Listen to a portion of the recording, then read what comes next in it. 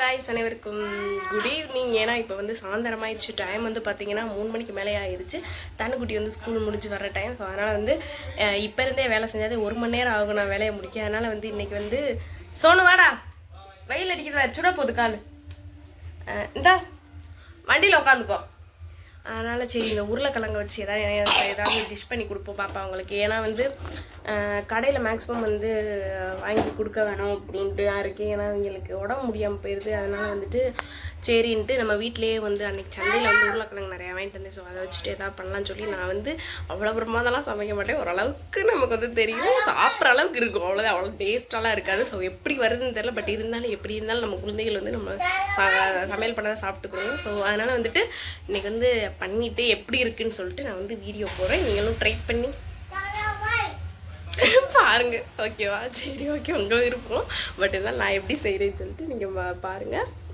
Try பண்ணிவிட்டு suppose ஓகேப்பா அப்படின்ட்டா ட்ரை பண்ணிவிட்டு எப்படி இருக்குன்னு சொல்லிட்டு கீழே கமெண்ட் பண்ணுங்கள். ஓகேவா மக்களே? வாங்க கிச்சனுக்கு போகலாம். ஓகே, இப்போ வந்து கிச்சனுக்கு வந்தாச்சு.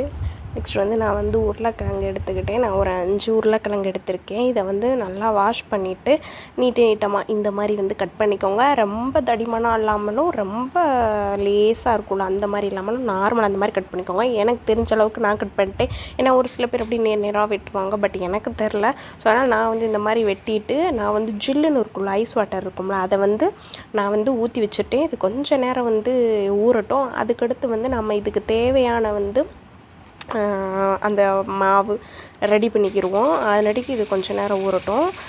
ஜில் வாட்டர் ஊற்றினா கொஞ்சம் நல்லாயிருக்கும். ஸோ அதனால தான் அந்த ஒட்டாமல் வரும்னு சொல்லுவாங்க. ஸோ அதனால தான். அதுக்கடுத்து ஒரு கிண்ணத்தில் வந்து ஒரு 1 கப் நான் பவுல் எடுத்திருக்கேன். இந்த பவுல் ஃபுல்லுமே நான் வந்து மைதா மாவு எடுத்துக்கிட்டேன். மைதா மாவு எடுத்துகிட்டு நெக்ஸ்ட்டு இதுக்கு வந்து கறி மசாலா பொடி போட்டுக்கிட்டேன். உங்கள்கிட்ட சிக்கன் மசாலா இருக்குது அப்படின்னாலும் நீங்கள் வந்து சிக்கன் மசாலா போட்டுக்கலாம். இல்லை அப்படின்னா வந்து கறி மசாலா போட்டுக்கோங்க. அதுக்கடுத்து வந்து சால்ட்டு நான் போட்டுக்கிட்டேன். இதிலே நீங்கள் வந்து உங்களுக்கு காரம் நீங்கள் நல்லா சாப்பிடுவீங்க கொஞ்சம் அப்படின்னா வந்து நீங்கள் வந்து மிளகாய் பொடி தனியாக நம்ம அரைச்சி வச்சுருப்போல, காஞ்ச மிளகாய் தூள் சொல்லுவாங்க, அந்த வரமிளகாய் அந்த இது தூள் வேணால் கொஞ்சம் சேர்த்துக்கோங்க. அதுக்கடுத்து வந்து சேர்த்துட்டு நல்லா மிக்ஸ் பண்ணிவிட்டு நெக்ஸ்ட் வந்து கொஞ்சம் கொஞ்சமாக தண்ணி ஊற்றி கட்டி விழுகாமல் நல்லா நீங்கள் வந்து கொஞ்சம் ஒரு பேஸ்ட் மாதிரி அந்த இப்போ இந்த கன்சிஸ்டன்சிக்கு வந்து வரணும். நானே கொஞ்சம் தண்ணியாக ஊற்றிட்டு இருந்தேன் நினைக்கிறேன்.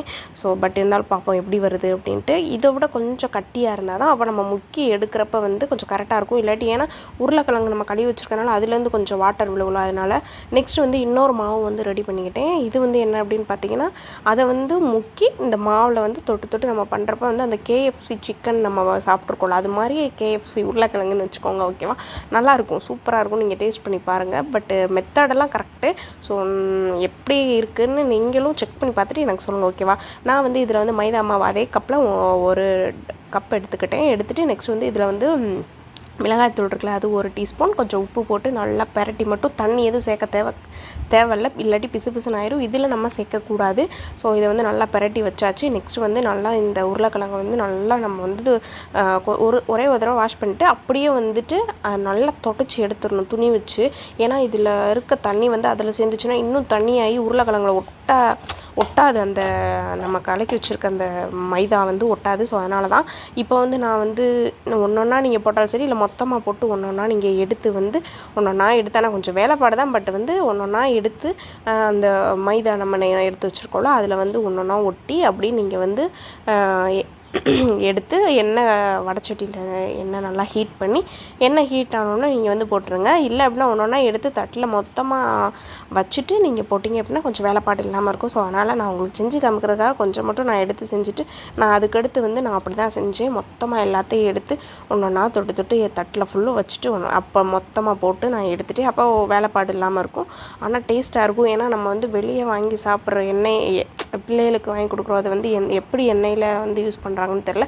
ஸோ இந்த மாதிரி நம்ம வீட்டில் யூஸ் பண்ணுறதுமே எண்ணெய் தான். ஆனால் நம்ம ஒரு தடவை யூஸ் பண்ணால் நம்ம யூஸ் பண்ண மாட்டோம்ல. ஸோ அதுக்காக நான் வந்து சொல்ல வந்தேன்.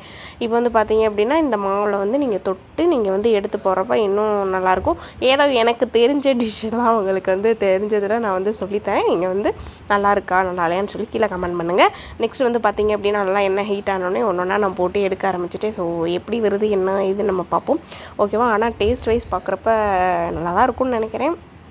பார்ப்போம். பார்த்திங்க அப்படின்னா நல்லா எண்ணெய் கொஞ்சம் ஹீட் ஆகிக்கிட்டோம். லோ ஃப்ளேமில் வச்சுக்கோங்க. ஏன்னா கருகுன ஸ்டேஜுக்கு நம்ம எடுத்துடக்கூடாது. ஏன்னா நமக்கே தெரியும்ல எப்படி எந்த ஸ்டேஜ் நம்ம KFC சிக்கன்லாம் சாப்பிட்ருப்போம்ல எப்படி எந்த ஸ்டேஜ் அந்த மொறுன்னு இருக்கும்ல அந்த மாதிரி தான் இது இருக்கும். பார்த்திங்கன்னா லைக் தெரியும். பார்த்திங்களா புசு புசுன்னு வந்துருச்சா மேலே. ஏன்னா நம்ம ஓட்ஸோ இல்லை ப்ரெட்டோ எதுவுமே நம்ம சேர்க்கல, இந்த மைதா மட்டும்தான் சேர்த்தோம். ஆனால் அப்போ அதுவுமே சூப்பர் கன்சிஸ்டன்சியில் வந்து டேஸ்ட்டுமே நல்லா இருந்திருக்கும். ஸோ பாருங்கள் எப்படி இருக்குது. இன்னுமே அதே நான் சொன்னேன்ல கொஞ்சம் தண்ணி வந்து கொஞ்சம் தண்ணி ஆயிடுச்சு எனக்கு. ஸோ அதனால் வந்து இந்த இது ஆனால் ஒரு சிலது வந்து உண்மையிலே சூப்பராக வந்துச்சு. அதுக்கடுத்து நான் கொஞ்சம் கொஞ்சமாக போட்டு எல்லாத்தையும் நான் எடுத்துகிட்டே ஃபஸ்ட்டு டேஸ்ட் பண்ணேன். தம்பிகிட்ட தான் கொடுத்தேன். பாருங்கள் அவர் எப்படி சாப்பிட்றாரு அப்படின்ட்டு. நல்லாயிருக்கு அப்படின்னேன். ஓகே நீங்களும் ட்ரை பண்ணி பார்த்துட்டு எப்படி இருக்குன்னு சொல்லுங்கள். பாய். தனு எப்படா இருக்கு? நல்லா இருக்குன்னு கொஞ்சம் என்னடா இன்னும் கேட்குறேன் என்னதுன்னு கேட்குறீங்க. இதுதான் எனக்கு மனசுக்கே கஷ்டமாக இருக்கும்ட்டு சங்கட்டமா. என்னது இது? சிக்கனா? அது உருளைக்கிழங்கு அதுதான் செஞ்சு. ஆனால் கொஞ்சம் நல்லா இருக்கா? தேங்க்யூ. என்ன தம்பி கொடுத்துரு. ஐயோ பாவம் பிள்ளை. அவனுக்கு வாடா உனக்கு வச்சு தாரே சோனு நீ சாப்பிடியா? இன்ன வரைக்கும் சாப்பிட்டியா விஸ்வாவே? வயிறு வலிக்கும்யா. நீ உள்ள போயா